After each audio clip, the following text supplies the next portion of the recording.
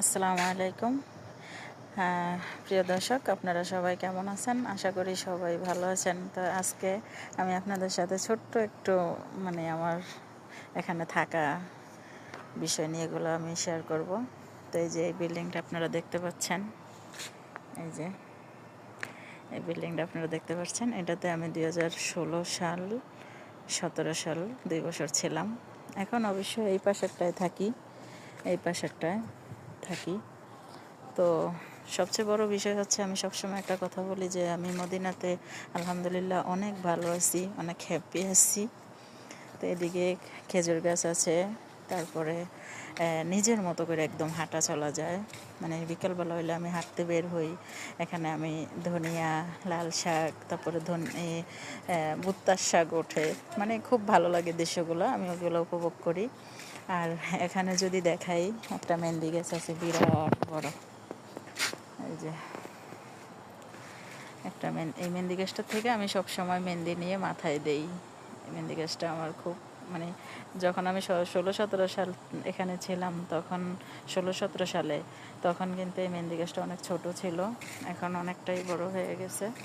তো এগুলো আমি অনেক উপভোগ করি। বিকালবেলা হাঁটতে বাইরে যেতে পারি, খুব ভালো লাগে। সবচেয়ে বড় যে বিষয়টা সেটা হচ্ছে, এই যে এখানে আবার লেবু গাছ আছে, এখানে একটা লেবু গাছ আছে আর একটা লেবু গাছ ওই পাশে আছে। সব কিছু মিলে আলহামদুলিল্লাহ অনেক ভালো আছি আপনাদের দোয়ায়, এবং সব কিছু মিলে যে আমি মদিনার মাটিতে এতটা ভালো থাকবো আমি কল্পনাও করতে পারি না।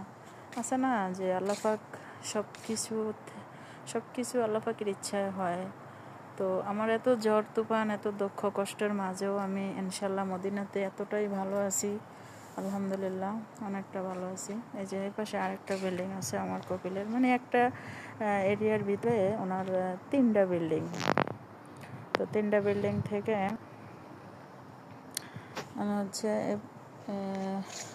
যদি দেখাই তাহলে এই পাশেরটাতে আমি থাকি, এই যে এই পাশেরটা, এটাতে আমি থাকি।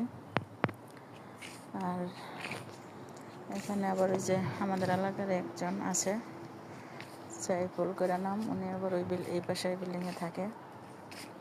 আলহামদুলিল্লাহ আমি যথেষ্ট ভালো আছি। আপনারা সবাই আমার জন্য দোয়া করবেন।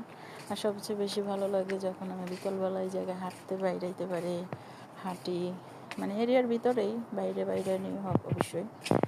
তো সব কিছু মিলে আলহামদুলিল্লাহ ভালো আছি। তো আপনারা আমার জন্য সবাই একটু দোয়া করবেন, যেহেতু আমার ভবিষ্যৎবাণীটা একটু ভালো হয়, ভালোর দিকে যায়। আসলে সবাই সবার জন্য আমরা দোয়া করি, সবাই যেহেতু ভালো থাকে। তো ভালো থাকবেন, আল্লাহ হাফেজ।